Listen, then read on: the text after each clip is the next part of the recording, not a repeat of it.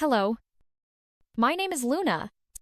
I live in a quiet little town called Maplewood, tucked between rolling hills and old maple trees that burn red every October. For over 25 years, this has been my home. A white two-story house with creaky floors, sunlit windows, and memories in every corner. My husband and I bought it when our boys were still in grade school. We built a life here. We fought here.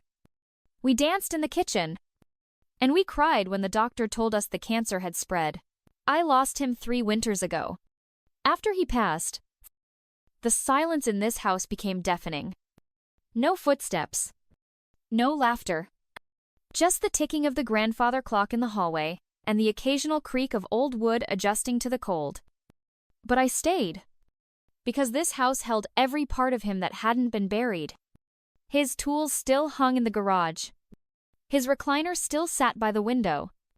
And the roses, his pride and joy, still bloomed each spring outside the kitchen. Then came the phone call that would change everything. It was late March. Snow was still melting on the sidewalks when my youngest son, Ethan, called. His voice cracked halfway through the sentence. Mom, we're being kicked out. The landlord sold the building. Jenna's job is gone and I don't know where to take the kids. Without thinking, I answered, "Come home. That's what mothers do." Right. They come home 2 days later. Ethan, exhausted. Jenna, guarded. Logan and Chloe, my grandkids, racing through the house like it was an adventure. I told them to take the upstairs floor. 2 bedrooms. A bathroom. Plenty of space for a young family. I moved myself downstairs, near the kitchen, like a silent tenant in my own house. Ethan promised it would only be for a few months, just until they found their footing. I believed him. I wanted to believe him, because it felt good. For the first time in years. To hear voices again. To make extra plates of spaghetti. To fold little socks again. The house was alive. But I didn't see the storm coming. I didn't see the tiny ways my home would start to change, not with intention. Not with malice, but like vines creeping across a wall. Slow and subtle. Jenna moved the sofa, just to make space for the kids' homework. My lace tablecloth, hand-stitched by my mother, disappeared one morning, replaced by a laminated one with cartoon dinosaurs. Still, I said nothing, because this was family. Because surely, it was temporary. Because maybe, just maybe, I was being too sensitive. But the truth was, I could already feel it. Something was shifting. And I was no longer sure if I had just welcomed them home or opened the door to my own erasure.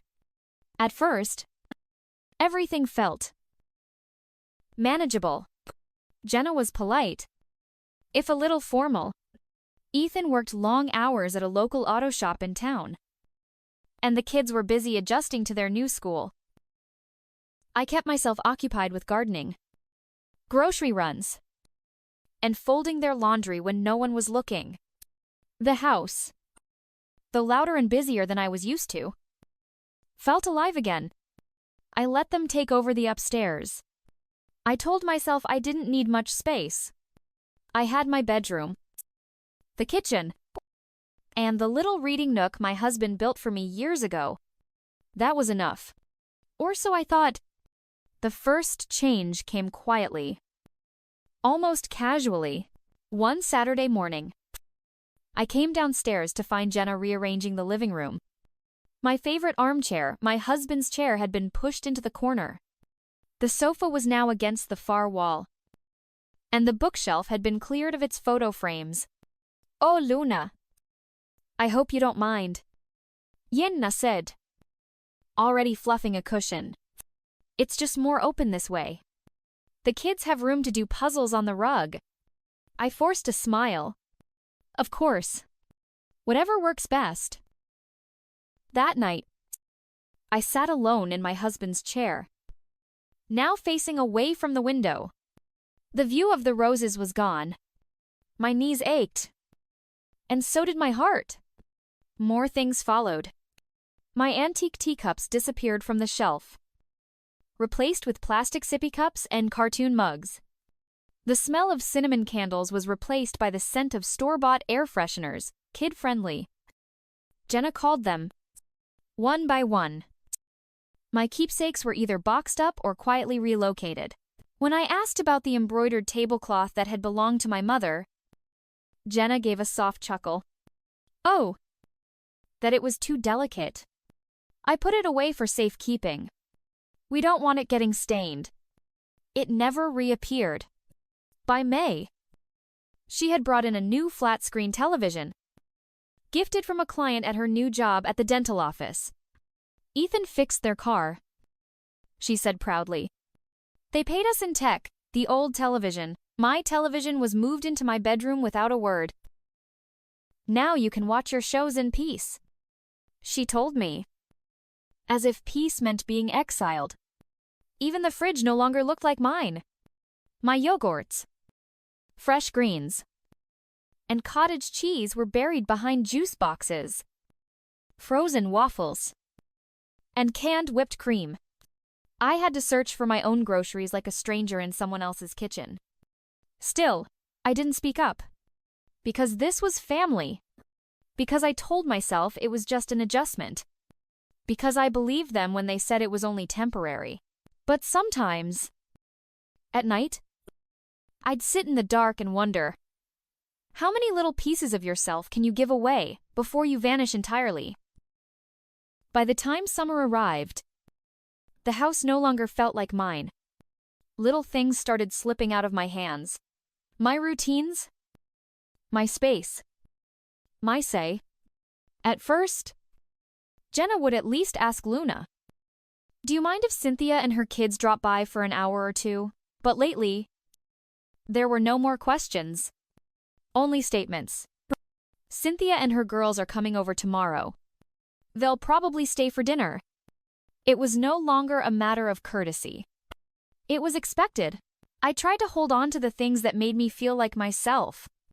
I'd play classical music in the afternoons while folding laundry.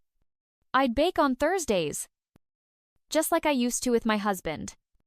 But slowly, even those traditions started to feel like intrusions. "Could you turn that music down a bit?" Jenna would call from the stairs.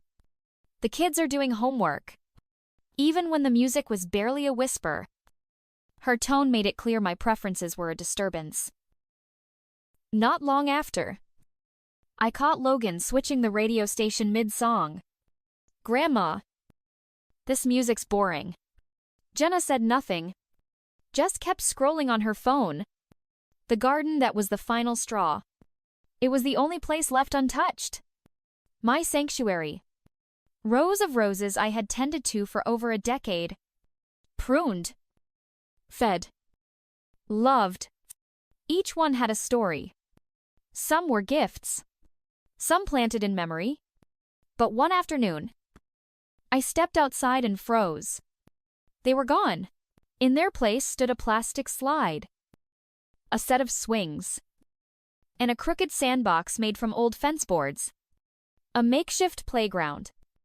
I thought it was time the kids had somewhere to play. Jenna said casually, brushing dirt off her hands, "Don't worry, you can always replant your roses somewhere else." Somewhere else, there was nowhere else. That patch of soil had been my canvas, my therapy, my last connection to my husband. And now? Just like that, it had been erased. I wanted to scream, but the words died in my throat. Instead, I walked slowly back into the kitchen. I sat down with my cup of tea, though even that wasn't the same anymore.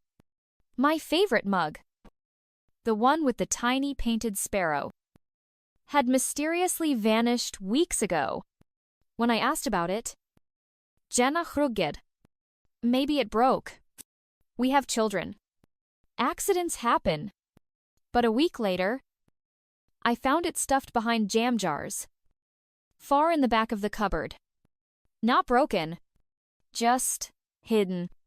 The message was clear. I wasn't just being moved aside. I was being replaced. Bit by bit. Smile by smile. And the hardest part, Ethan stayed silent. Always tired. Always looking away. One evening, I tried to speak to him. Ethan, I feel like I'm walking on eggshells in my own house. He sighed. Mom, don't take it personally. Jenna's under a lot of stress. Just give her space. Be patient. We'll find a place eventually. Eventually? That word hung in the air like a draft from an open window. It happened on a Sunday. Not a dramatic Sunday. Not stormy or loud. Just quiet. The kind of day that makes you think everything will stay exactly the same. But it didn't. I had been thinking about it for weeks. Just a small tea gathering. Nothing extravagant. Just me. And 3 old friends I hadn't seen in ages. Carol, Maggie, and Mrs. Whitman from down the road. We used to meet once a month before the house filled up. Back then, the living room smelled of lemon polish and cinnamon cookies. Back then, I felt like a host, like someone who mattered. So I approached Jenna as she was rinsing dishes at the sink. Jenna, I began. I was wondering, I'd like to have a few friends over this Sunday. Just for tea. In the living room. She didn't look at me right away. She kept scrubbing the same plate for several seconds. Then she set it down. Sunday, she repeated. That's not going to work. Why not? I asked gently. She finally turned. It's Chloe's birthday. I blinked. Chloe's birthday is in August. There was a pause. A shift in her eyes. Well, she said. We're celebrating early. Her friends are coming over. They'll need the space. I felt my heart sink. I didn't argue. I just nodded. Then, maybe next weekend. She gave a tight smile and went back to the dishes. But the next day, I overheard her on the phone with Cynthia. No. No party. She said. Just a quiet weekend. I need a break. There it was. She had lied. She didn't want my friends here, not because of a birthday, but because she saw us me as clutter. Still, I asked again, politely, if I could reschedule for the following Sunday. She didn't even lift her head from her phone. Luna, she sighed. Why is this such a big deal? You're always inviting your little group. It's exhausting. Can't you go to a cafe like normal people? I stared at her. They're just friends. We have tea. We talk. She chuckled under her breath. Yeah. You talk about how terrible young people are and how everything used to be better. Trust me, I've heard it. Something inside me cracked. I stood there, holding a dish towel, hands trembling. This is my home. I said, I've lived here for over 2 decades. I should be allowed to have guests in my own living room. She slammed a drawer. This isn't just your home anymore. We live here too. We have lives and plans. And you just keep inserting yourself. The room fell silent. Even the fridge seemed to hum quieter. Then came the words I'll never forget. You need to understand something. Luna, she said coldly. Old age doesn't entitle you to special treatment. Stop acting like the world revolves around you. I stood frozen. My throat tightened. I couldn't speak. I couldn't even breathe. That night, I stared at the ceiling in the dark and realized she was no longer just living in my home. She was taking it. And I was letting her. The morning after that argument, I brewed my tea in silence. The house was still. Jenna had taken the kids to soccer practice. Ethan was at work. and I sat alone at the kitchen table. Hands wrapped around a mug that no longer felt like mine. The words echoed in my head, "This isn't just your home anymore. Old age doesn't entitle you to special treatment." I looked around. The laminated chart with the kids' chores hung on the fridge right where my husband's old calendar used to be. The living room, once filled with framed photos of our travels, was now scattered with toys, laundry baskets, and shoes. The silence wasn't peaceful anymore. It was accusatory. That was the moment I knew something had to change. I went to the hall closet and pulled out the old deed still in my name. After my husband passed, I'd never changed it. I didn't need to. The house was part of me. But now it felt like a battleground. One where I was steadily losing territory. That afternoon, I drove into Burlington and stepped into a small real estate office, tucked between a bakery and a florist. The sign above read Willow and Co. Realty. The receptionist, a warm-looking woman in her 40s, smiled as I entered. "How can I help you?" I hesitated. Then said, "I need to know what my house is worth." She introduced herself as Patricia and led me to her desk. I described the property 2 stories, 4 bedrooms, a small backyard garden. She took notes, nodded, and asked me a few questions about renovations, heating, and location. "We'd need to schedule a visit for an exact number," she said. "But based on what you've told me, I'd estimate somewhere between $360. $0 to $380. Ling. I exhaled. I don't know why that number hit me so hard. Maybe because it was real. Tangible. The value of reclaiming my life had a number. That evening, back home, I tucked the business card into the back of a drawer behind some old birthday cards and sat down at the edge of my bed. The thought of leaving the home I'd built, the one with all the memories, it tore at me. The sunroom where I'd nursed Ethan through a fever. The stairwell where we hung every school photo in chronological order. The bedroom where my husband took his last breath. But what good were memories if the present felt like exile? That week, I quietly met Patricia again. She showed me a 2-bedroom apartment in a renovated brick building near Lakeview Park. It wasn't big, but it was warm, bright, simple. And it was mine. Or could be. The idea began to take root not just as a fantasy, but as a plan. If Jenna had claimed the house, then maybe it was time I reclaimed myself. I waited until a Thursday evening. Dinner was quiet. The kids were half focused on their tablets. Ethan barely touched his meatloaf. And Jenna was scrolling through her phone like always. I'd been waiting for this moment, waiting until my mind was steady. My voice, sure. I have something to share. I said. They all looked up. I've sold the house. For a second, no one moved. Not even the clock ticked. Then Jenna dropped her fork, and it clattered against the plate like a gunshot. "What did you just say?" she asked. Eyes wide. "I sold it." I repeated. "The sale closes next Friday. You'll need to find a new place by then." "You what? You can't just sell this house," she yelled. "We live here. It's my name on the deed." I said calmly. "I can." And I did. Ethan finally spoke. "Mom, are you serious?" "I'm very serious." Jenna stood, arms crossed, mouth trembling with fury. "You're throwing your grandchildren out on the street. That's what this is." I looked at Chloe and Logan. Their little faces were filled with confusion. Not anger. Just questions they didn't know how to ask. "I'm not throwing anyone out." I said, "I'm selling my house. There's a difference."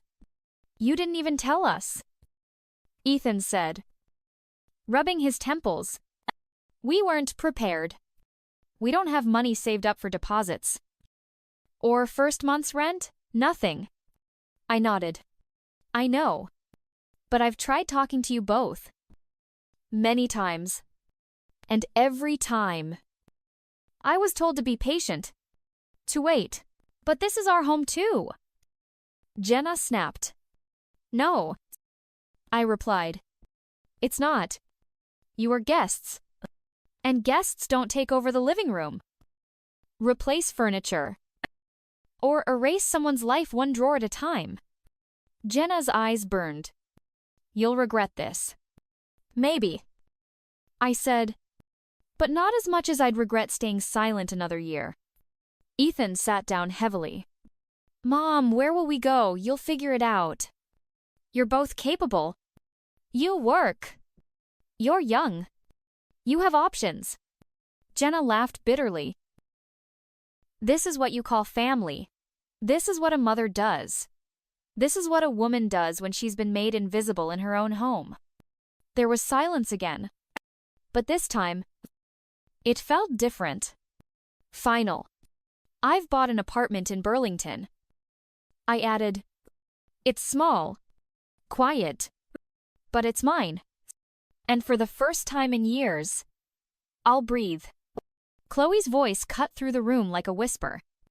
Grandma, do you still love us? My heart shattered. Of course I do. Sweetheart, I said, kneeling beside her. But love doesn't mean letting yourself be erased. And that was the truth. That night, I packed the first box.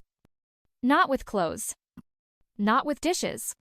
But with the parts of me I was finally reclaiming. The 18th of October. Moving day. The morning air was crisp. And golden leaves danced across the sidewalk, like tiny flames. I stood in front of my new building, Willow Heights. A modest brick apartment complex near Lakeview Park. Not fancy. Not big. But clean. Warm. Mine. Patricia met me at the door with a smile and the keys. You're all set. Luna. Welcome home. Those words settled in my chest like sunlight. The apartment wasn't grand. But it didn't need to be. 2 bedrooms. White walls. Hardwood floors. And big windows that poured in the morning light. A kitchen just big enough for a round table and my old teacups. A balcony where I could place my potted herbs and maybe even plant a rose or two come spring. As I unpacked, the silence felt different than at the house. It wasn't cold or empty. It was mine to fill. With music. With laughter. With anything I chose. I hung a photo of my husband above the kitchen sink. Placed my favorite chair by the window. Folded my quilts. Organized my books. Set the table for one. But left room for guests. That weekend, I invited my friends. Maggie brought cinnamon bread. Carol brought daffodils. Mrs. Whitman brought a bottle of cider and a huge grin. We sat in my living room, sipping tea, swapping stories, laughing loudly. No one asked us to be quiet. No one rolled their eyes. No one made me feel like I was intruding. This place is perfect for you, Maggie said, glancing around. It's peaceful, Carol added. And bright. It feels like you. I nodded. It does. For the first time in a long while, I feel like myself again. Later that evening, I got a call from Ethan. He sounded tired, but softer. We found a rental in Shelburne. Small, but close to the kids' school. I'm glad, I said. Chloe misses you, he added. She cried, packing up her drawings from your fridge. My throat tightened. Tell her I miss her too. There was a pause. Mom, I'm sorry, he said. For everything. I should have stood up for you. I just didn't want to rock the boat. You don't have to explain. I replied, You were caught in the middle. But I had to choose myself this time. I know, he whispered. And I respect that. After we hung up, I walked onto my balcony and looked out at the fading light over the park. Children were playing in the distance. Somewhere, someone strummed a guitar.